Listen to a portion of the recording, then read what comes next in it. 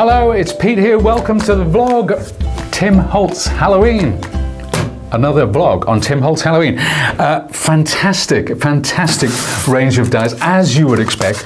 Today, we're concentrating on this fantastic set. It's called Layered Dots, and it's all about the versatility. So let's get going.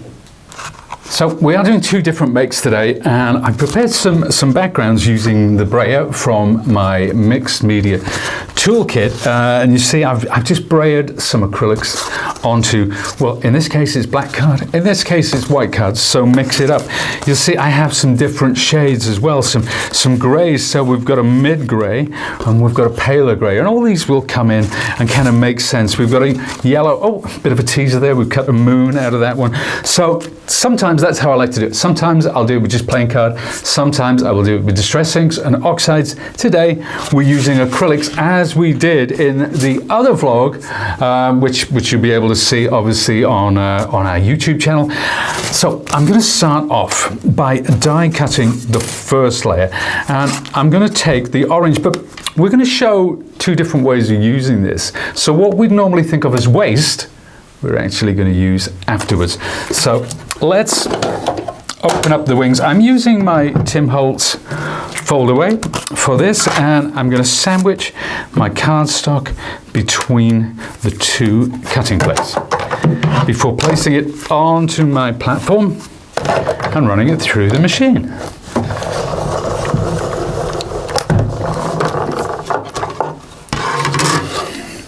So there's the first one. Now, what we're going to do here is pop out. Now you can use your die brush, die pick, whatever. We're going to pop out these little dots.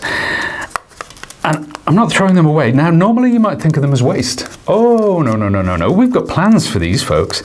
So we'll just pop those out with my fingertips until, so you see we've got all these lovely orangey dots, but they're not just pure orange. There is texture in here, and that you get from using your brayer, using that technique. So this is where I want to get. And of course, I would die cut this one with the smaller dots. So that's my next stage. The great thing about this set is you're getting 3 dies. Now, you can use layer 1 and 2 together. You can use layer 2 and 3. You can use layer 1 and 3. You can just use layer 1 by itself. They're completely interchangeable. It's a fabulous, really clever system. So again, we're going to pop those out. So this is the sort of grey over which I have brayed some burnt umber paint. So there's a slight reddish brown going on there, but wow, look at that. Look at that. Again, these dots, they're going to live to fight another day. So we're just going to push those off to the side. And then, now, that's what happens when you put one over the other. I could even twist this around and get a completely different effect. The way that Tim has designed this is so clever because it allows you to do that 2 different ways. Now, imagine if this was cut into a strip. You don't have to use the whole background. Imagine if I stuck those down and took a circle die and just cut out the center. So there's lots of options there with this. And this is what I'm talking about, versatility. Now, somebody might see this set and just see the background, but there's so much more beyond that. So we've got these 2. And we're going to lay them down there. Because the first card we're going to make is going to be really simple. I'm just popping the rest of these dots out. I should have taken my die brush, but you know what? The fact is, there's something so satisfying about popping them out with your thumb. There really is. So again, there's some more dots. We'll put those to one side. I'll take my 3 layers now. The third layer, that's just a rectangle. So you could create a background of another color and lay it on top of that rectangle. So let's just pop these to one side and we'll start to put the card together. Right, so I'm die cutting a phrase, and I'm using one of the bold text dies. Now, these were released last year. One of the things Tim loves with his dies is that sense of continuity. So it's not just about this year's dies, it's about last year's. He builds this year's collection to work with last year's, and he's already thinking about next year's as well. And this was Bold Text, or rather should I say is Bold Text Halloween. There was a Bold Text Christmas as well, and another couple. So I'm using that die, and you can see that I've cut an aperture into here. You can use the letters. There's nothing to stop you using the individual letters. So it really is, it's a phrase I love, the gift that keeps on giving. So I'm going to put my machine down there and I'll take my scissors. Now you can die cut this directly into a card. I'm going to show that later as well. So I'm just going to trim around where I've cut those letters out with my scissors, and I'm going to pop that onto a darker background. Now let's take a look, see what we've got here. Okay, I think I'm going to pop it on there like that. You see, if I put it flat, it's hard to pick up, but if I give it a little bit dimension with some 3D foam pads, then we start getting that lovely contrast. So I'm going to cut this a little bit bigger than the original one just by laying it down there like so. And we'll put this to one side. Now, again, I want to get the dimension, and I don't want to have that straight. I want to have it kind of off center like that. Because it's Halloween, having that sort of quirkiness and slightly off center vibe, it really adds to it. So we'll take, this is my Sizzix foam tape, which you're no doubt familiar with. What I love about this foam tape is if I want to stick this down afterwards, I can just cut a strip. So I don't have to put lots of little squares down. If I do want little squares or little rectangles, I can cut them using my craft knife or my scissors or whatever. So it gives me that kind of versatility. It really is the best of both worlds in that sense. So there we are. We'll do one more down there, and finally one across the top. That should give me everything I need. We don't need to be too precious. We don't need to go corner to corner. In truth, that should be ample. So use your tweezers or your craft knife or your die pick to take the backing off this foam tape, like so. And I'll tell you what the foam tape's great for as well. You can actually, if you've got any foils or flakes, the Sizzix foils and flakes, you can use that over this lovely adhesive. It gives a wonderful, wonderful finish. So, there we have it. Now, let's see how that dimension works when we put it on there, rather than having it flat. Now, suddenly, you see the light and shadow are doing their thing, but it's a very, very subtle contrast, and that is by design actually. So we'll pop that back down. Now I want to cut one more thing. I want to cut a little skull. Now this skull comes from the Big Frights die set. That's another one of Tim's new release. So I want to put that about there. So I'm going to talk about contrast again. So this is the lighter grey. This is where this one comes in so handy. And I find a place, and what I do with these, when I've die cut these, I don't throw this away. I put this in a box. So I'll use it again. Might be next week, might be next year. It doesn't really matter. But, you know, having these backgrounds, making these backgrounds, whether you're using inks, acrylics, whatever makes you happy, watercolors, for example, you can do that. There we are. Now let's take the skull, and I'll use my tweezers just to pop out the detail, the eyes and the nose there. And there we have it. So there's our wonderful skull. Let's pop my machine back down. Now, there we've got that contrast, we've got that lighter grey going on. So let's take some PVA glue, apply this to the rear like so, and just spread it out with your finger, whatever works for you, because it does dry clear.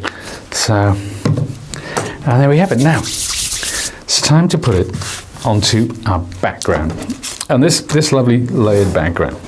Now, you can square these up and get a perfect result. But again, Halloween being Halloween, I just like to put this kind of off center like that. It gives it a sort of a creative tension. And then rather than using my glue, I'm going to use the tiny attacher, which is a stapler, just to put those together, and this is going to sit on the center. But before I move on to that, I'm going to take out my media mat, because we're going to do a little bit of stamping, and I'm going to use just a text stamp, whatever you have to hand. It doesn't really matter. I'm not using my stencil and stamp tool. I'm not using an acrylic block. I just want to get that straight down there, because it doesn't matter if the image transfer is perfect. The imperfection is a large part of its charm.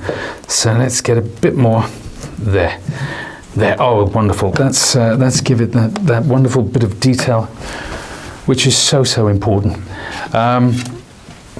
This is my base card. So for the contrast with all of these Halloween-y colors, I'm actually going to use a white base card. And of course it's Sizzix card. Now, just apply some glue. You'll notice as well, and this is a good little tip, you'll notice that I haven't glued either end. I want there to be a slight curve. I don't want them to sit completely flat. In the center, yes. At the edges, again, I'm letting light and shadow do its thing. Let's hold that up and move it about and see exactly what we mean there by that. So, going back to my wonderful sentiment, as I said before, with this tape, you can cut a strip, so I don't have to mess around now with lots and lots of little squares. And again, I'm only working in the center. I'm not working corner to corner, because I want that to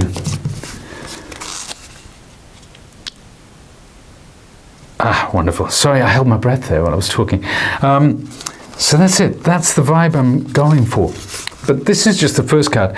We talked about what we're going to do with those bits. Now you can do these things framed. You can decorate party bags, boxes, whatever you wish. But this is just a nice way to show that wonderful background. And again, we used layer 1 and layer 2 there. We didn't actually use layer 3. But now we want to talk about those dots. Remember I said about the versatility? Let's take a look at the dots and what we can do with those. Now, I did say about the dots, didn't I? We want to look at those dots. I'm going to do something I think is pretty cool. I hope you agree. But, you know, we might think of these as our waste, but I've got an absolute bag full of these. I've been working for it the last couple of days, and I've got tons of them. And I'm going to use them because they make me happy. So, here are my dots. There we are. Again, leftovers, waste, call it what you will. I beg to disagree. So we're just going to push those to one side for a second, because I've die cut in the center of this card an aperture using the bold text Halloween, or one of the bold text Halloween. And it bears the legend, feeling wicked. So I'm going to put that down there, and I'm going to start creating a wonderful pattern on this. And let's take some glue. Now, I'm going to put some glue on the side of my cutting mat. It cleans right off. Don't worry about it. It's just an easy way to do it rather than apply glue to every single dot. So let's start. Let's take this one of the smaller dots, and I'm going to build this up as we go along.